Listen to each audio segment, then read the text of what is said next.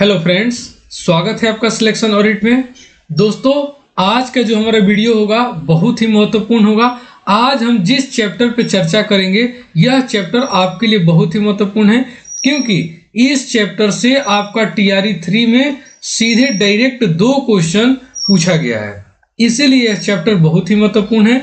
और यह जो चैप्टर होगा आपका क्लास 8 के, ध्यान रखिएगा, क्लास 8 की ज्योग्राफी का चैप्टर 1 संसाधन से होगा। इसी चैप्टर से आपका टीआरई 3 में एज इट इज 2 क्वेश्चन पूछा गया है। इसलिए यह चैप्टर आपके लिए बहुत ही इंपॉर्टेंट है। वीडियो के अंत तक जरूर बने रहेगा। जो क्वेश्चन पूछा गया है दिखाए हैं, इसी पीपीटी में है। जिस टॉपिक से वो क्वेश्चन आया हुआ है, जब हम वो टॉपिक समझाएंगे उसी टाइम उस क्वेश्चन को सॉल्व करा देंगे। तो चलिए, आज का यानी कि संसाधन चैप्टर का यानी कि क्लास 8 का आज पहला चैप्टर हम स्टार्ट कर रहे हैं। क्लास 7 का कंप्लीट हो गया है। अगर आप लोग नहीं देखे तो प्लेलिस्ट बना हुआ है, डिस्क्रिप्शन में लिंक है, आप लोग जाके देखिए वहां पे। चलिए, क्वेश्चन नंबर 1 है कि संसाधन क्या है। बहुत ही अच्छे तरीके से समझेंगे क्योंकि ये चैप्टर आपके लिए बहुत ही इंपॉर्टेंट है। संसाधन क्या है? कोई भी वस्तु जिसका कोई उपयोग नहीं हो, प्रत्येक वस्तु जिसका उपयोग आवश्यकताओं को पूरा करने के लिए किया जा सकता है। केवल प्राकृतिक वस्तु है, केवल मानव निर्मित वस्तु है। तो आइए देखिए एनसीईआरटी में क्या लिखा हुआ है संसाधन के बारे में, एक बार जानते हैं। संसाधन क्या है? यानी कि प्रत्येक वस्तु जिसका उपयोग आवश्यकताओं को पूरा करने के लिए किया जाता है वह संसाधन है। आम भाषा में हम कह सकते हैं कि हमारे संसार की, इस धरती की वे सारी चीजें जो आपके दैनिक जीवन को आसान बनाती है, उपयोग में आती है, वे सभी संसाधन है। एक लाइन में याद रखिएगा, यानी कि इसका राइट आंसर हो जाएगा ऑप्शन बी। चलिए, ऐसे ही समझेंगे एनसीईआरटी का जो भी पॉइंट दिया हुआ है, जो भी टॉपिक दिया हुआ है, हम डायरेक्ट एनसीईआरटी से ही उसका कंक्लूजन, उसका पूरा व्याख्या समझेंगे। चलिए, 2 नंबर क्वेश्चन है कि संसाधन को कितने भागों में विभाजित किया गया है। तो देखिए, संसाधन को 3 मुख्य रूप से विभाजित किया गया, 3 रूपों में विभाजित किया गया है। वो कौन कौन सा है, आइए एक बार चर्चा करते हैं। संसाधन को 3 भागों में विभाजित किया गया है। पहला है प्राकृतिक संसाधन, ध्यान रखिएगा, इंपॉर्टेंट है। जैसे यानी कि नेचर के द्वारा हमें जो भी वस्तुएं मिली हैं वे सभी प्राकृतिक संसाधन है। याद रखिएगा, जैसे जल मानव निर्मित नहीं है, हम नहीं बनाए हैं, नेचर के द्वारा मिला है, तो इसीलिए जो जल होता है प्राकृतिक संसाधन है। वायु है, वायु भी मानव द्वारा नहीं बनाया गया, यानी कि ये भी प्रकृति के द्वारा मिला है, तो वायु भी प्राकृतिक संसाधन है। मिट्टी हो गया, ये सभी प्राकृतिक संसाधन है। अगर मैं 2 नंबर की बात करूं तो मानव संसाधन होता है। जैसे शिक्षा, कौशल, यानी कि मैं पढ़ा रहा हूं, आप पढ़ रहे हैं, ये सभी मानव संसाधन के अंतर्गत आ जाते हैं। ठीक है, यानी कि मानव भी, ध्यान रखिएगा, मानव भी खुद एक संसाधन है। इस पॉइंट को याद रखिएगा, मानव भी खुद एक संसाधन है, संसाधन है। कैसे? देखिए, मैं आपको पढ़ा रहा हूं, आप मुझसे पढ़ रहे हैं, यानी कि एक टर्म्स में ले तो मैं आपके लिए संसाधन हूं और आप मेरे लिए भी संसाधन है। यानी कि मानव भी एक खुद संसाधन है। जैसे शिक्षा प्रदान करना, कौशल सिखाना, यानी कि ट्रेनर जो होते हैं किसी भी कला को सिखाने के लिए, उसके लिए ट्रेनर होते हैं। 3 नंबर की मैं बात करूं तो मानव निर्मित संसाधन, यानी कि इंसान के द्वारा जितनी वस्तुएं बनाई गई हैं जिसका हम लोग इस्तेमाल करते हैं, सरल भाषा में याद रखिएगा, उसे मानव निर्मित संसाधन कहते हैं। जैसे इमारत, घर, मकान आप जो बना रहे, मानव ही बना रहा है। सड़क मानव ही बना रहा है। मशीन, कंप्यूटर, लैपटॉप, मोबाइल, जितने भी हो रहे हैं, ये सब आपका मानव द्वारा बनाया जा रहा है। इसीलिए ये सारी हो गई मानव निर्मित संसाधन। एक होता है मानव संसाधन, याद रखिएगा, ये यहीं से आपके एग्जाम में क्वेश्चन पूछा जाएगा, एग्जाम्पल दिया जाएगा और पूछा जाएगा कि ये किस प्रकार का संसाधन है। चलिए, 3 नंबर क्वेश्चन देखते हैं। पीडीएफ चाहिए तो पीडीएफ पूरी व्याख्या के साथ, जितना आपको सब दिख रहा है, टेलीग्राम पे प्रतिदिन हम शेयर कर देते हैं। क्लास खत्म होने के कुछ देर बाद, एक आध 2 घंटे के बाद, हम अपने टेलीग्राम चैनल पे पीडीएफ शेयर कर देते हैं। आप लोग वहां से डाउनलोड कर सकते हैं, प्रिंट आउट करवा सकते हैं। जिनको नोट्स नहीं बनाना है प्रिंट आउट करवा लीजिए।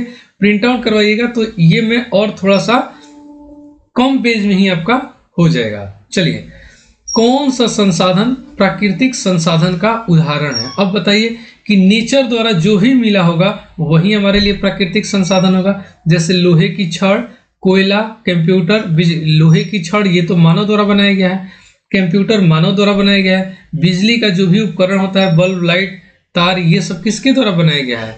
मानव के द्वारा बनाया गया है। यानी कि कोयला मानव के द्वारा नहीं बनाया गया, कोयला प्रकृति के द्वारा बनाया गया है। इसीलिए इसका राइट आंसर हो जाएगा ऑप्शन बी, सॉरी। चलिए नेक्स्ट क्वेश्चन देखते हैं। नेक्स्ट क्वेश्चन कौन सा है कि कौन सा संसाधन मानव निर्मित संसाधन है? यानी कि इसमें से कौन सा एक ऐसा संसाधन है जो कि मानव के द्वारा बनाया गया है? नदी मानव नहीं बनाया, सूर्य के प्रकाश को भी मानव नहीं बनाया, सड़क, जी बिल्कुल, सड़क मानव के द्वारा ही बनाया गया है, जंगल मानव के द्वारा नहीं बनाया गया है। यानी कि सड़क जो होता है ये मानव के द्वारा बनाया गया है, इसलिए यह मानव निर्मित संसाधन है। चलिए अब आइए, यहां से आपका बहुत ही इंपॉर्टेंट टॉपिक स्टार्ट होता है। थोड़ा सा 1 मिनट का समय दीजिएगा, इसको समझ लीजिएगा। इसके बाद जितने 15 नंबर क्वेश्चन होगा वो सब इसी से संबंधित होगा और जो कि बहुत इंपॉर्टेंट होने वाला है। ठीक है, ये टॉपिक समझ लीजिएगा तो आने वाला 15 क्वेश्चन आपका आसान हो जाएगा और जो प्रीवियस ईयर क्वेश्चन पूछा गया है वो भी आसान हो जाएगा। तो चलिए देखिए, प्राकृतिक संसाधन को विस्तृत रूप से 2 भागों में बांटा गया है। एक नवीकरणीय संसाधन होता है और अनवीकरणीय संसाधन होता है। इसको अलग अलग नामों से जाना जाता है, जैसे इसको अक्षय ऊर्जा भी कहा जाता है, इसको गैर परंपरागत यानी कि नवीकरणीय को गैर परंपरागत भी कहा जाता है। ठीक है, अक्षय ऊर्जा भी कहा जाता है। ध्यान रखिएगा, इसको अलग अलग नामों से जाना जाता है, लेकिन रिन्यूएबल भी एनर्जी कहा जाता है इसको, यानी कि पुनः चक्रित होने वाला रिन्यूएबल। याद रखिएगा, अगर हिंदी में नाम में कंफ्यूजन हो क्वेश्चन में, इंग्लिश में चले जाइएगा, वहां एक ही नाम दिया रहेगा रिन्यूएबल एनर्जी, वहां से पकड़ में आ जाएगा। चलिए, तो प्राकृतिक संसाधन 2 प्रकार के होते हैं। पहला होता है नवीकरणीय संसाधन, दूसरा होता है अनवीकरणीय संसाधन। नाम थोड़ा सा उल्टा है, काम इनका सीधा है। आइए, नवीकरणीय संसाधन क्या होता है? वे संसाधन जो शीघ्रता से नवीकृत अथवा पुनः पूरित हो जाते हैं, यानी कि आप यूज किए और पुनः वो उपलब्ध हो गया। जैसे नदी से आप 1 लोटा या जितना पानी निकालना है निकालिए, पुनः उस जगह पर पानी आ गया।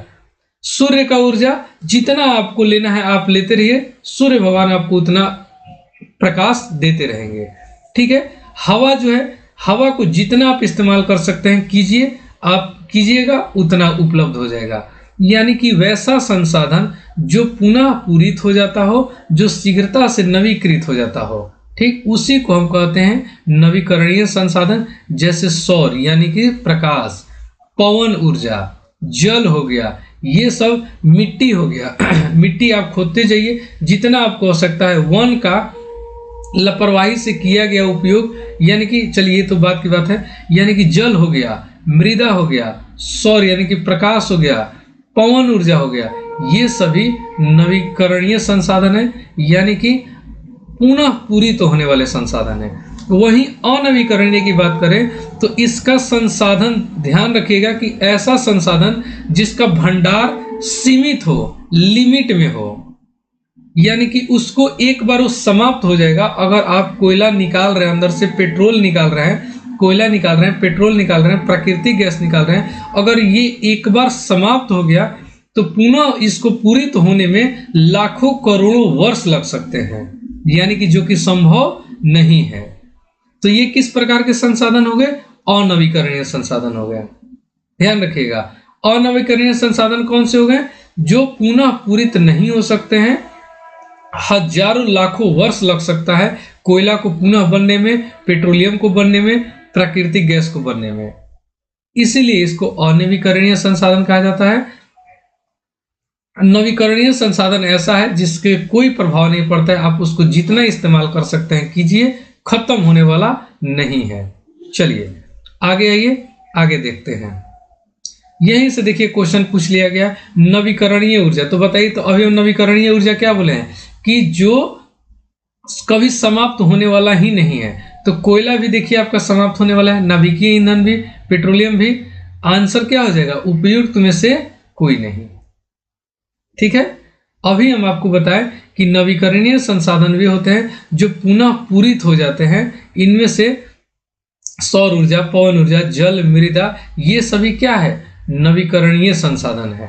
लेकिन यहाँ ऑप्शन आइए तो ऑप्शन देखिए, कोयला ऊर्जा दिया हुआ, कोयला दिया हुआ है, पेट्रोलियम दिया हुआ है, नाभिकीय ईंधन दिया हुआ है, ये सभी समाप्त होने वाला है। सिर्फ और सिर्फ आपका ये आंसर हो जाएगा उपयुक्त में से कोई नहीं।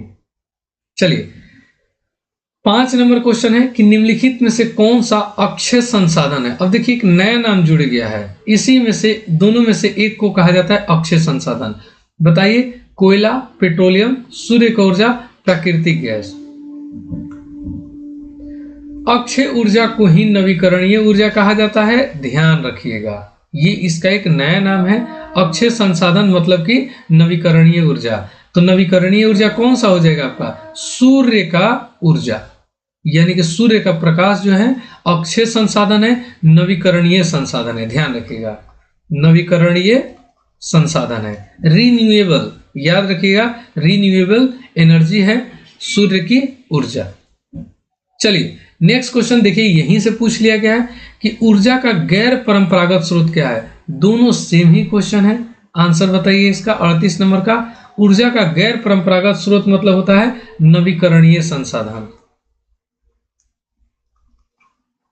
नवीकरणीय संसाधन ही गैर परंपरागत संसाधन होता है। तो भूतापीय ऊर्जा, परमाणु ऊर्जा, बायोगैस ऊर्जा, ये सभी क्या है कि पुनः पूरित होने वाला है, यानी कि इसका आंसर हो जाएगा उपयुक्त में से एक से अधिक। ठीक है, भूतापीय ऊर्जा। ठीक है, याद रखिएगा, नाम थोड़ा सा अलग दे दिया गया है, लेकिन अभी मैं आपको बता दिया कि गैर परंपरागत किसको कहा जाता है? नवीकरणीय कहा जाता है। तो भूतापीय ऊर्जा यानी कि पृथ्वी के अंदर से जो ऊर्जा निकल रही है वो भी काफी खत्म होने वाली नहीं है, परमाणु ऊर्जा भी खत्म नहीं होने वाला है, बायोगैस भी है, यानी कि ये तीनों जो है नवीकरणीय ऊर्जा के संसाधन है। याद रखिएगा, इसीलिए इसका आंसर डी हो जाएगा। नेक्स्ट क्वेश्चन देखते हैं। और अगर आप नवीकरणीय और अनवीकरणीय संसाधन समझ गए तो आने वाला क्वेश्चन सब बिल्कुल आसान है। प्राकृतिक संसाधन का कौन सा प्रकार सही है? तो अभी प्राकृतिक संसाधन के आप लोग 2 प्रकार पढ़े, नवीकरणीय संसाधन, अनवीकरणीय संसाधन। नवीकरणीय में आपका आ जाता है जल, वन, हवा, ये सब आ जाता है। वहीं अनवीकरणीय में कोयला, पेट्रोलियम आ जाता है। चलिए अब एक आता है संभावित संसाधन किसे कहते हैं? ठीक है, क्वेश्चन इंपॉर्टेंट है। संभावित संसाधन किसे कहते हैं? जो वर्तमान में उपयोग किए जाते हो। संभावित नाम से ही कि संभावना है, यानी कि भविष्य में हम उसका इस्तेमाल कर सकते हैं, ऐसी संभावना है। तो आपका आंसर हो जाएगा ऑप्शन बी, जिसका उपयोग भविष्य में किया जा सकता है। आइए एनसीईआरटी में क्या लिखा हुआ है देख लेते हैं। संभाव्य संसाधन वे संसाधन होते हैं जिनका संपूर्ण मात्रा ज्ञात नहीं है।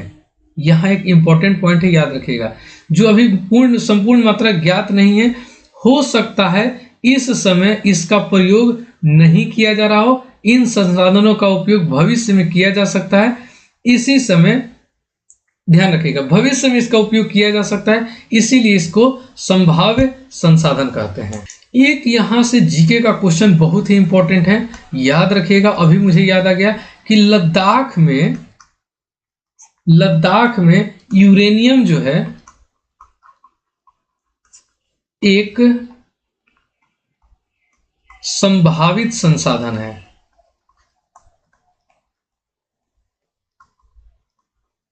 ये पॉइंट इंपॉर्टेंट है आपके एग्जाम के लिए। ये जो पॉइंट है आपके एग्जाम के लिए बहुत ही महत्वपूर्ण है, याद रखिएगा। यानी कि लद्दाख में जो यूरेनियम है एक संभावित संसाधन है जिसका उपयोग भविष्य में किया जा सकता है। चलिए नेक्स्ट क्वेश्चन देखते हैं। नेक्स्ट क्वेश्चन जो है क्वेश्चन नंबर 8 होने वाला है। मानव संसाधन का मुख्य आधार क्या है? जल और वायु, शिक्षा और स्वास्थ्य, प्राकृतिक आपदाएं, खनिज और धातु है। आंसर बताइए। देखिए इसका जो आंसर हो जाएगा, यानी कि मानव संसाधन का मुख्य आधार क्या है, तो मानव संसाधन का मुख्य आधार शिक्षा और स्वास्थ्य है, यानी कि एजुकेशन और हेल्थ मानव संसाधन का एक मुख्य आधार है। याद रखिएगा, यानी कि मानव संसाधन का विकास शिक्षा और स्वास्थ्य सेवाओं पर निर्भर करता है, क्योंकि ये उसकी उत्पादकता को बढ़ाते हैं। चलिए क्वेश्चन ज्यादा है, आप थोड़ा सा फास्ट में करते हैं। 9 नंबर क्वेश्चन है, समझने वाला चैप्टर था, आया हुआ क्वेश्चन है, इसीलिए निम्नलिखित में से कौन सा संसाधन वास्तविक संसाधन का उदाहरण है। एक संभावित संसाधन था, एक यहाँ पे वास्तविक संसाधन आप लोग देख रहे होंगे। तो अफ्रीका में पाए जाने वाला स्वर्ण भंडार, राजस्थान में स्थित थार मरुस्थल, वर्तमान में उपयोग किया जा रहा कोयला खदान, समुद्र की गहराई में मौजूद खनिज भंडार। आंसर बताइए आप लोग। देखिए इसका जो सबसे पहले इसका हम लोग समझ लेते हैं कि वास्तविक संसाधन आखिर कहते किसको हैं। वे संसाधन होते हैं जिनकी मात्रा ज्ञात होती है, यानी कि इसकी मात्रा आपको पता है। इन संसाधनों का इस समय उपयोग किया जा रहा है, जैसे जर्मनी के रूर प्रदेश में कोयला, पश्चिमी एशिया में खनिज तेल, महाराष्ट्र के दक्कन पठार में काली मिट्टी के भरपूर निक्षेप, सभी वास्तविक संसाधन है। मतलब कि ये ज्ञात है, पता है, आप उसका इस्तेमाल कर रहे हैं। ठीक है, तो इसका आंसर क्या हो जाएगा, आंसर आप लोग बताइए। तो वो बिल्कुल सिंपल है। देखिए वर्तमान में जो हम कोयला खदान उपयोग कर रहे हैं, यही एक वास्तविक संसाधन है, याद रखिएगा। चलिए नेक्स्ट क्वेश्चन देखते हैं। नेक्स्ट क्वेश्चन, अगर वीडियो पसंद आ रहा हो तो वीडियो को लाइक जरूर कीजिएगा, क्योंकि काफी मेहनत लगता है इस सब बनाने में, क्वेश्चन टाइप करने में। सतत उपयोग से क्या तात्पर्य है। सतत उपयोग मतलब कि कंटिन्यूअस आप उसका उपयोग कर रहे हैं। ठीक है, यानी कि संसाधन का अधिक से अधिक दोहन, संसाधनों का विवेकपूर्ण और संतुलित उपयोग, संसाधनों को बिना उपयोग किए छोड़ देना, संसाधनों का तेजी से समाप्त होना। देखिए इसका आंसर हो जाएगा ऑप्शन बी, संसाधनों का विवेकपूर्ण और संतुलित उपयोग को ही सतत उपयोग कहा जाता है। मतलब कि कंटिन्यू आप उसका उपयोग कर रहे हैं, संतुलित मात्रा में कर रहे हैं। यानी कि सतत उपयोग का अर्थ है संसाधनों का इस तरह उपयोग करना जिससे भविष्य में भी वो उपलब्ध रहे। और ये कब उपलब्ध रहेगा, जब उसका संतुलित और विवेकपूर्ण इस्तेमाल कीजिएगा तो। चलिए नेक्स्ट क्वेश्चन है, जो कि क्वेश्चन नंबर 11 है। जल, वायु और मिट्टी कौन से संसाधन है। आंसर बिल्कुल सिंपल है, प्राकृतिक संसाधन। चलिए 12 नंबर क्वेश्चन देखते हैं। 12 नंबर जो क्वेश्चन है, प्राकृतिक संसाधन का वितरण समान क्यों नहीं है। यानी कि एक समान प्राकृतिक संसाधन का वितरण क्यों नहीं है, क्योंकि यह केवल एक देश में होते हैं, क्योंकि ये जलवायु, स्थल रूप और भौगोलिक स्थितियों पर निर्भर करते हैं। जी बिल्कुल, इसका राइट आंसर यही हो जाएगा। हर जगह कोयला क्यों नहीं पाया जाता है, हर जगह पेट्रोलियम क्यों नहीं पाया जाता है। इसलिए नहीं पाया जाता है कि हर जगह की जलवायु, स्थल का रूप, भौगोलिक स्थिति सब अलग अलग है और उसी पे निर्भर है सारा संसाधन। पहाड़ी इलाकों में कुछ और पाया जाता है, प्लेन एरिया में कुछ और पाया जाता है। याद रखिएगा, इंपॉर्टेंट क्वेश्चन है। चलिए नेक्स्ट क्वेश्चन है, जो कि क्वेश्चन नंबर 13 होने वाला है। कौन सा संसाधन केवल एक सीमित मात्रा में उपलब्ध है, यानी कि लिमिटेड उपलब्ध है, इसमें से कौन सा संसाधन है। तो आप सभी को पता है कि कोयला, हवा नवीकरणीय संसाधन है, जल भी नवीकरणीय संसाधन है, सूर्य ऊर्जा भी नवीकरणीय संसाधन है। कोयला अनवीकरणीय संसाधन है जो कि सीमित मात्रा में उपलब्ध है। एक बार समाप्त होने के बाद इसको पुनः पूरित होने में हजारों लाखों वर्ष लग सकते हैं। तो इसीलिए इसका राइट आंसर हो जाएगा ऑप्शन बी। चलिए 14 नंबर क्वेश्चन है कि मानव संसाधन को किस प्रकार बढ़ाया जा सकता है। तकनीकी विकास द्वारा, स्वास्थ्य सेवाओं द्वारा, शिक्षा द्वारा, उपरोक्त सभी। यानी कि मानव संसाधन को बढ़ाने के लिए ये सभी आवश्यकता है, यानी कि इसका राइट आंसर ऑप्शन डी होगा, उपरोक्त सभी।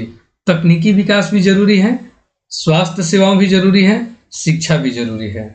चलिए नेक्स्ट क्वेश्चन है, जो कि क्वेश्चन नंबर 15 होने वाला है। संसाधनों का विवेकपूर्ण उपयोग क्यों आवश्यक है। विवेकपूर्ण मतलब कि बुद्धि विवेक से उसका इस्तेमाल करना, संतुलित उपयोग करना उसका जरूरी है। क्यों? ताकि वे सभी एक लंबे समय तक उपलब्ध रहे, ताकि उनका तेजी से उपयोग किया जा सके, नहीं ताकि सरकार उन पर कर लगा सके, ऐसा भी नहीं है ताकि वे समाप्त हो जाए। आंसर बताइए, आंसर क्या होगा? तो देखिए यहां लिखा हुआ है कि संसाधनों का सतर्कता पूर्वक उपयोग करना और उन्हें नवीकरण के लिए समय देना संसाधन संरक्षण कहलाता है। संसाधनों का उपयोग करने की आवश्यकता है, भविष्य के लिए उनके संरक्षण में संतुलन बनाए रखना सतत पोषीय विकास कहलाता है। याद रखिएगा, इनका विवेकपूर्ण इस्तेमाल करना बहुत जरूरी है। तो आंसर इसका क्या हो जाएगा? आंसर आपको बता दिया हूं, यानी कि ताकि वे सभी के लिए लंबे समय तक उपलब्ध रहने लायक हो गए, यानी कि हमारे आने वाली पीढ़ी के लिए भी वो सुरक्षित रहे, इसीलिए विवेकपूर्ण इस्तेमाल करना जरूरी है। चलिए 16 नंबर क्वेश्चन है। 16 नंबर क्वेश्चन है कि मानव संसाधन का प्रमुख घटक कौन सा है? जनसंख्या, पर्यावरण, तकनीकी विकास, खनिज भंडार। आंसर देखिए इसका हो जाएगा, मानव संसाधन का जो प्रमुख घटक है ये है आपका जनसंख्या। जनसंख्या ही मानव क्या करेगा? मानव संसाधन को प्रभावित कर सकता है आने वाले समय में, यानी कि मानव संसाधन का मुख्य घटक जनसंख्या है, क्योंकि यह हर किसी देश की आर्थिक और सामाजिक प्रगति में योगदान करती है। याद रखिएगा, इसका आंसर ऑप्शन ए जनसंख्या होगा। चलिए 17 नंबर क्वेश्चन देखते हैं। 17 नंबर क्वेश्चन है, कौन सा प्राकृतिक संसाधन नवीकरणीय नहीं है? नवीकरणीय मतलब पुनः पूरित होने वाला, समाप्त होने वाला नहीं है। तो यहां नहीं है पूछा है, तो नहीं है पूछा है तो आपका खनिज हो जाएगा, यानी कि नहीं है पूछा है मतलब कि